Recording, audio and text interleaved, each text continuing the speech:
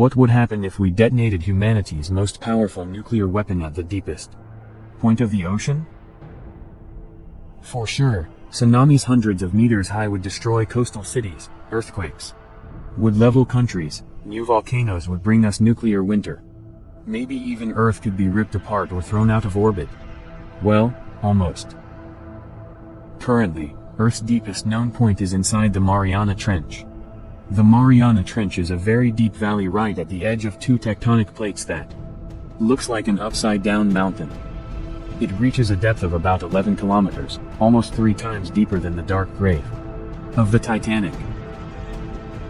It's one of the last places on Earth for humans to explore. Pitch black and under 1,000 atmospheres of pressure, it's a relatively pristine environment, thanks to the absence of humans. A great place for our nuclear test. We'll use the most powerful nuclear bomb humans have ever exploded, the RDS-220 hydrogen bomb, or Tsar Bomba. Its explosion was so massive that its shockwave traveled around the Earth 3 times and its mushroom cloud stretched 56 kilometers into the sky. Its shockwave was strong enough to destroy everything in 1,000 square kilometers. Its fireball, hot enough to burn the rubble. Things like this release such an enormous amount of energy at once that they could boil away an entire lake.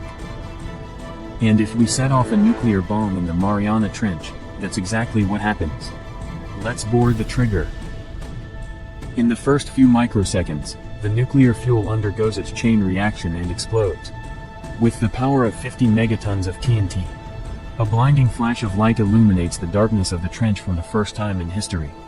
The heat of the explosion produces a cavity, a flaming bubble of water vapor, radioactive nuclei, and the remains of very unlucky fish. The bubble grows quickly as it vaporizes the water around it. The pressure of the bubble is immense, plowing outwards as if there's nothing in the way, landing off a shockwave that will be felt by seismic stations and whales around the world. And then, almost as fast as it emerges, it stops.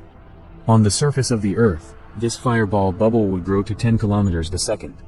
After it's detonated, as the atmosphere barely puts up a fight to hold it back. But the pressure at the bottom of the Mariana Trench is enormous.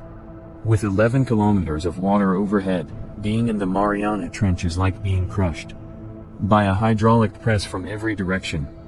Here, a second after the detonation, our bubble is about 1 kilometer across, when oddly enough, it starts to shrink.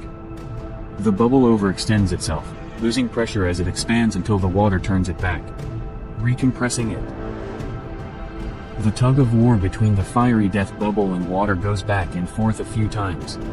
The bubble shrinking and growing until eventually the bubble loses for good. The pressure around it is too great, and turbulent water begins to chop it up. It becomes something like the underwater equivalent of a mushroom cloud, as it disintegrates into many smaller hot and radioactive bubbles drifting upwards. And as our mighty destructive blast rises to the surface, it does basically nothing. Just a small wave and a bubbling plume of radioactive warm water in the Pacific. But tsunami will wash away Japan or California, although boats and whales in the area might have a bad time.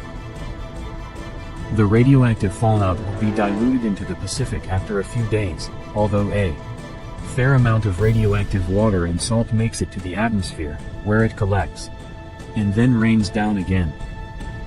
Even if the wind blows the fallout directly towards the Philippines, the worst of it probably happens over the oceans. But clearly, the real danger comes from our explosion triggering earthquakes and volcanoes. Right? Even if we detonated the bomb right in the trench at the exact point where tectonic plates touch, probably not. The explosion would vaporize a part of the sea floor and turn a lot of sand into glass. But most of the energy goes into the water, not seismic waves. Earthquakes are already quite common at tectonic plate boundaries, and earthquakes with as much seismic energy as our bomb happen a few times a year without triggering any sort of apocalypse. But maybe it will affect the Earth's orbit. Since no mass is taken away or added to the Earth, our orbit is completely unaffected. Also, there have been well over 1,000 nuclear tests in the last 70 years, and that didn't change our orbit, so why would this time be different? The strongest forces humanity can unleash are laughable compared to the forces of nature. The planet is too big, It doesn't care. So what happens to us if we detonate a nuclear weapon really deep in the ocean? Pretty much nothing. You also help us make more and better videos.